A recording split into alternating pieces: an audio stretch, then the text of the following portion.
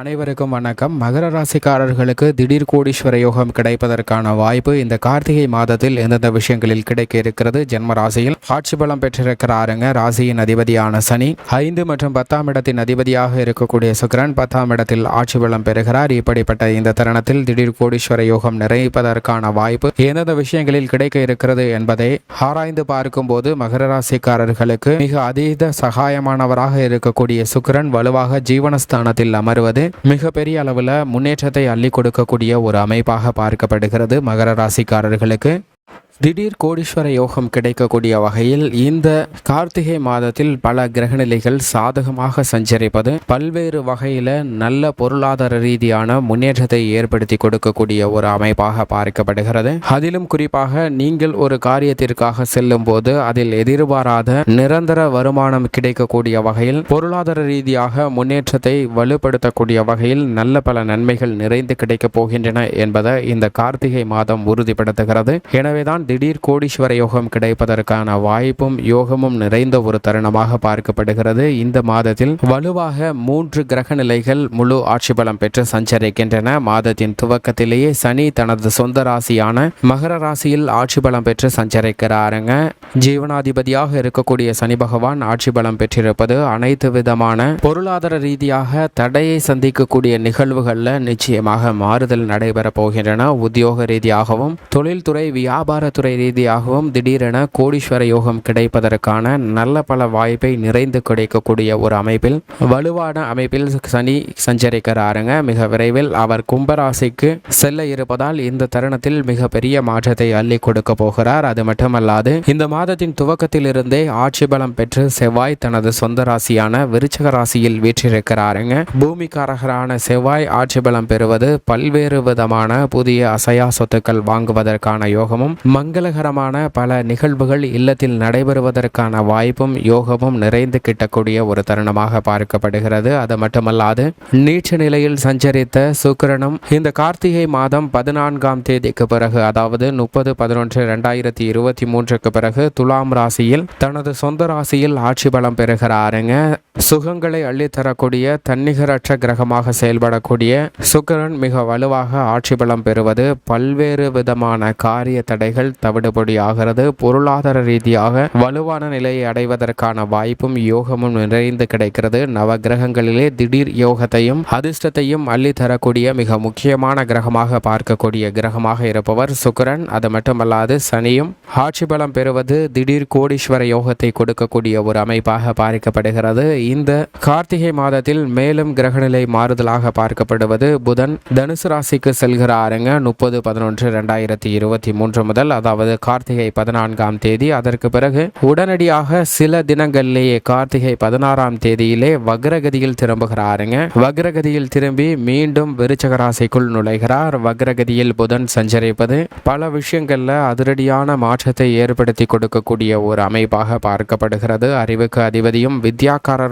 இருக்கக்கூடிய புதன் வக்ரம் பெறுவதால் பல்வேறு விதமான மாற்றங்கள் நிறைந்து கிடைக்க போகிறது. ஒரு சிலருக்கு உணர்ச்சி வசப்பட்டு சில முடிவுகளை எடுத்தோம் கவுத்தோம் என எடுப்பதற்கான வாய்ப்பும் இருக்கிறது. ஆனால் உணர்ச்சி வசப்படாமல் நிதானத்தை கையாளக்கூடிய நபர்களுக்கு நிச்சயமாக நல்லதொரு மாறுதல் கிடைக்கக்கூடிய இனிமையான தருணமாக தான் பார்க்கப்படுகிறது. நவ கிரகங்களிலே வலிமை வாய்ந்தவரும் தோஷமற்றவரும் ஆக இருக்கக்கூடிய குரு இந்த கார்த்திகை மாதம் முழுவதுமே வக்ரகதியில் சஞ்சரிக்கிறாருங்க. மிக விரைவில் அவர் வக்ர நிவர்த்தி பெற போகிறார். எனவே வக்ர குருவின் ஆதிக்கம் சற்று கூடுதலாக நிறைந்த ஒரு தருணமாக பார்க்கப்படுகிறது. எதை செய்தாலும் அதீத கவனமும் விழிப்புணர்வும் தேவைப்படக்கூடிய ஒரு தருணமாக அமைய போகிறது என்பதை வக்ரம் பெற்ற குரு உறுதிப்படுத்துகிறாருங்க. பொதுவாக முழு சுபகிரகமாக இருக்கக்கூடிய குரு வக்ரம் பெறுவது அவ்வளவு சிறப்பான நன்மை கொடுக்கக்கூடிய அமைப்பு இல்லை என்றாலும் மிக விரைவில் இந்த மாதத்திற்கு பிறகு அவர் வக்ர நிவர்த்தி பெறுவதால் மகிழ்ச்சி நிறைந்த பல நிகழ்வுகள் நடைபெறுவதற்கான வாய்ப்பும் யோகமும் கிடைக்கிறது.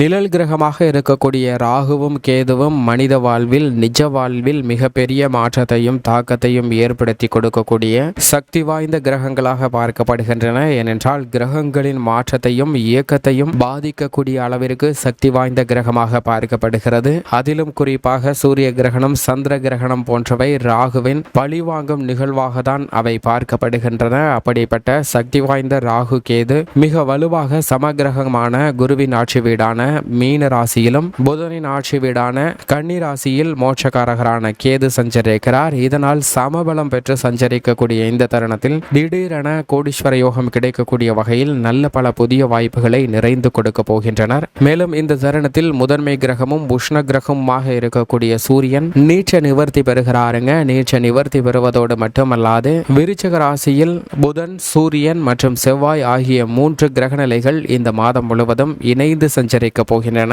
இது மிகப்பெரிய மாற்றத்திற்கு வித்திடக்கூடிய ஒரு அமைப்பாக பார்க்கப்படுகிறது. இதுவும் வரவேற்கத்தக்க நல்ல ஒரு மாறுதலை சந்திப்பதற்கான வாய்ப்பை உருவாக்கி கொடுக்கக்கூடிய அமைப்பாக பார்க்கப்படுகிறது.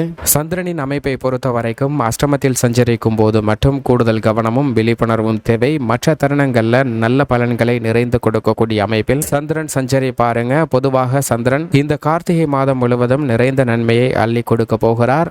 இப்படி கிரகநிலைகளின் அமைப்பானது இந்த கார்த்திகை மாதத்தில் அமைந்திருக்க மகர ராசிக்காரர்களின் குடும்ப சூழ்நிலையை பொறுத்த வரைக்கும் கார்த்திகை மாதத்தில் வக்ரகுருவின் ஆதிக்கம் சற்று கூடுதலாக நிறைந்த ஒரு தருணமாக பார்க்கப்படுகிறதுங்க. ஏனென்றால் இந்த தருணத்தில் குரு பகவான் 3 மற்றும் 12ஆம் இடத்தின் அதிபதியாக இருக்கக்கூடிய குரு பகவான் 4ஆம் இடமாகிய அர்த்தாஷ்டகஸ்தானம் சுகஸ்தானத்தில் வக்ரகதியில் சஞ்சரிக்கிறாருங்க. மிக விரைவில் அவர் 4ஆம் இடத்தில் வலுவாக அமரப்போகிறார். அதற்கு முன்னதாக இருக்கக்கூடிய இந்த மாதம் முழுவதும் பல்வேறு விதமான சிரமங்களை நிச்சயமாக விளக்குகிறாருங்க. பாதியில் நின்ற பணிகளை மீண்டும் மகிழ்ச்சியுடன் தொடர்வதற்கான வாய்ப்பையும் யோகத்தையும் கொடுக்கக்கூடிய ஒரு அமைப்பை உருவாக்குகிறார். பல்வேறு விதமான சங்கடங்கள் ஏற்பட்டாலும் அவற்றை விளக்கக்கூடிய ஒரு வலுவான மாற்றத்தை ஏற்படுத்தி தரப்போகிறாருங்க வக்ரகுரு. அதைவிட ஜென்மராசியில் வீற்றிருக்கக்கூடிய ராசியின் அதிபதியான சனி பகவானின் அமைப்பால் சில சிரமங்கள் இருந்தாலும் அவர் இந்த மாதத்திற்கு பிறகு முழுமையாக ஜென்மராசியை விட்டு விலக போகிறார். எனவே எதிர்கால சிந்தனைக்காக தற்போது எடுக்கக்கூடிய காரியங்கள் அனைத்திலும் மிக சிறந்த முன்னேற்றத்தை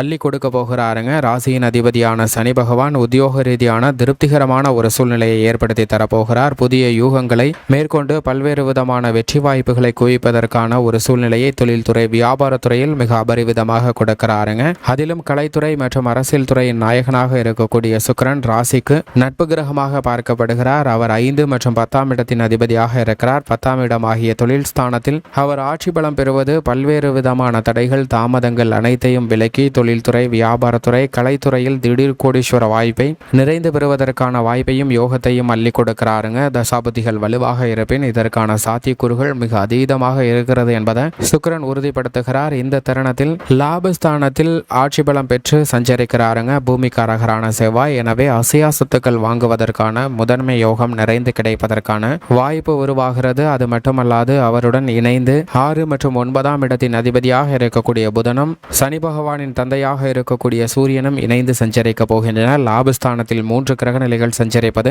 மிக பெரிய அளவில் மகர ராசிக்காரர்களுக்கு நன்மையை உரித்தாக்கக்கூடிய ஒரு அமைப்பாக பார்க்கப்படுகிறது. அனைத்து விதமான தடைகளும் விலகும். பெண்மணிகளுடைய எதிர்பார்ப்பு பூர்த்தியாகக்கூடிய இனிமையான தருணமாக பார்க்கப்படுகிறது. மேலும் இந்த தருணத்தை மகர ராசிக்காரர்கள் மிக சிறந்த தருணமாக மாற்றிக்கொள்ள நிச்சயமாக கார்த்திகை மாதம் முழுவதும் இல்லத்தில் தீபம் ஏற்றி வழிபாடு செய்யுங்கள். என்றால் அருகாமையில் உள்ள சனி பகவான் அல்லது பெருமாள் அல்லது ஆஞ்சநேயர் ஆலயம் சென்று வழிபாடு செய்யுங்கள். நிறைந்த நன்மையும் முன்னேற்றமும் நிச்சயமாக உங்களுடைய வாழ்வில் கிடைக்கும் என்பதில் சந்தேகமே இல்லை. மகர ராசிக்காரர்களுக்கு